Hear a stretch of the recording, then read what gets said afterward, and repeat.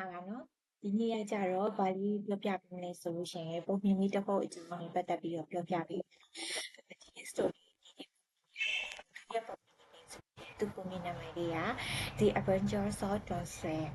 ဒါဆိုလို့ရှိရင်သူ့ရဲ့လှုပ်ဆောင်သူ Tom Sawyer ရဲ့လုပ်ငန်းသူ့ရဲ့လို့တီထွင်မလဲဆိုတော့သူ့ရဲ့အကြံစီအကြောင်းစူးစမ်းခဲ့ရဆိုတဲ့အကြောင်းတွေအရာတွေပေါ့နော်ဒီစာအုပ်လေးထဲမှာပါဝင်တယ်ဒီနေ့ chapter ကတော့ဒီနေ့ကတော့ chapter 1တစ်ခုတည်းကိုပဲစပြီးတော့ပြောပြပေးမယ်သူ့ကြတော့ဘသူကရေးလဲဆိုလို့ရှိရင် Martin ကနေပြီးတော့ရေးထားဖြစ်တယ်နော်ဒီမှာဆိုလို့ရှိရင် chapter အားလုံးပေါင်းဆိုလို့ရှိရင်73ခန်းပြန်ဝင်လာတယ်ဒီနေ့ကကြတော့ chapter 1လေးကိုပဲစပြီးပြောပြချင်တယ်နော်အဲ့တော့ defense chapter 1လေးကကြတော့ defense ဆိုတဲ့အရာလေးကကြတော့ဘာလေးလဲဆိုလို့ရှိရင်ခြံစည်းရိုးပေါ့နော်ဒီလိုမျိုးခြံစည်းရိုးဆိုတဲ့ခေါင်းစဉ်လေးနဲ့စပြီးသူမိတ်ဆက်အဲ့ဆိုလို့ရှိရင်တွန်ဆွဲရတဲ့ live နေထိုင်ပါတယ်တဲ့ with his aunt သူ့ရဲ့အတော်နဲ့အတူတူနေထိုင်တယ်တဲ့ because ဘာလို့လဲဆိုတော့တဲ့ his mother သူ့ရဲ့လူရှိ where that တည်ဆုံးသွားခဲ့တာဖြစ်တဲ့အတွက်ကြောင့်မလို့ပါတဲ့အဲ့ဒီအတွက်ကြောင့်မလို့တွန်က didn't like သူကမကြိုက်ဘူးမကြိုက်ခဲ့ဘူးပေါ့နော်ဘာလို့မကြိုက်ခဲ့တာလဲ going to school ကျောင်းကိုသွားတဲ့အကြောင်းကျောင်းသွားနေရတာကိုသူကမကြိုက်ဘူးပေါ့နော် and ပြီးလို့ရှိရင်လည်း he didn't like walking he didn't like သူကမကြိုက်ဘူးဘာလို့လဲမကြိုက်ဘူးလဲအလုံးလုံးတောင်လေသူကမကြိုက်ဘူးတဲ့ he liked playing and having adventure သူကစွန့်စားရတာကိုကြိုက်တယ်ပြီးလို့ရှိရင်ကစားရတာကိုကြိုက်တယ်တဲ့အဲ့ဆိုလို့ရှိရင် one Friday တနေ့ထုံတောက်ကြနေမှာပေါ့နော် he didn't go to school ဘာလို့လဲဆိုလို့ရှိရင်သူကတုံကကြတော့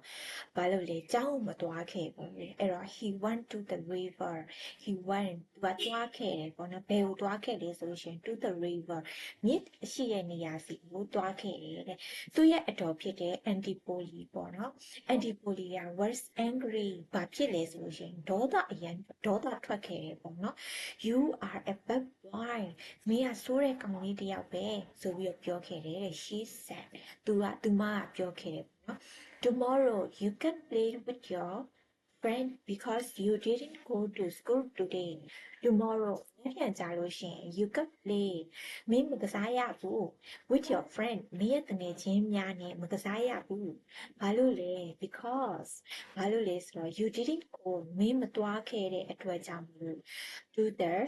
school today ဒီနေ့မင်းကျောင်းမသွားခဲ့တဲ့အတွက်ကြောင့်မင်းမနေ့ကကြာရင်မင်းတငယ်ချင်းတွေနဲ့မကစားနဲ့မစော့ရဘူးဒီလိုပုံစံမျိုးကိုသူ့တော်ကအန်တီပိုလီကပြောလိုက်တယ်အဲ့ဒီအချိန်မှာ tomorrow you are going to walk ဘာလို့ရမလဲ tomorrow နေ့ပြန်ကြာလို့ရှင် you are going မင်းသွားရမယ်ဘယ်ကိုသွားရမလဲဆိုလို့ရှင် to walk အလုပ်လုပ်ဖို့အတွက်သွားရမယ်ဘသူအတွက်လဲ for me ကျွန်တော်အတွက်မင်းအလုပ်သွားလုပ်ရမယ်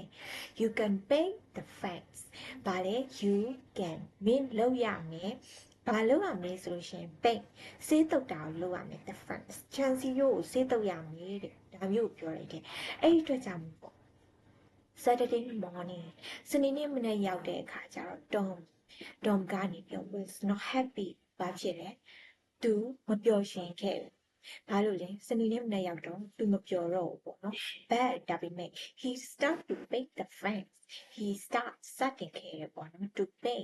စေးချေဖို့ရတဲ့အတွက် the fan ချန်စီယိုကိုစေးချေဖို့ရတဲ့အတွက်သူစပြီးတော့စေးချေခဲ့တယ်ပေါ့နော်အဲ့တော့ his friend သူ့ရဲ့တငယ်ချင်းဖြစ်တဲ့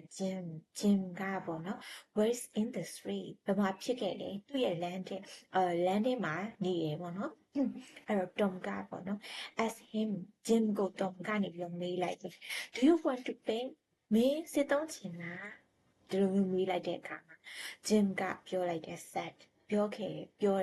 ပေါ့နော် no I can't I'm not going to get water I'm not going to get water sorry no I can't I'm going to get water ကျွန်တော်ရေသွားလက်ခတ်ရအောင်မယ် ဒီလိုပုံစံမျိုးပြောလိုက်တယ် then အဲ့ဒီနောက်မှာ Ben က came to Tom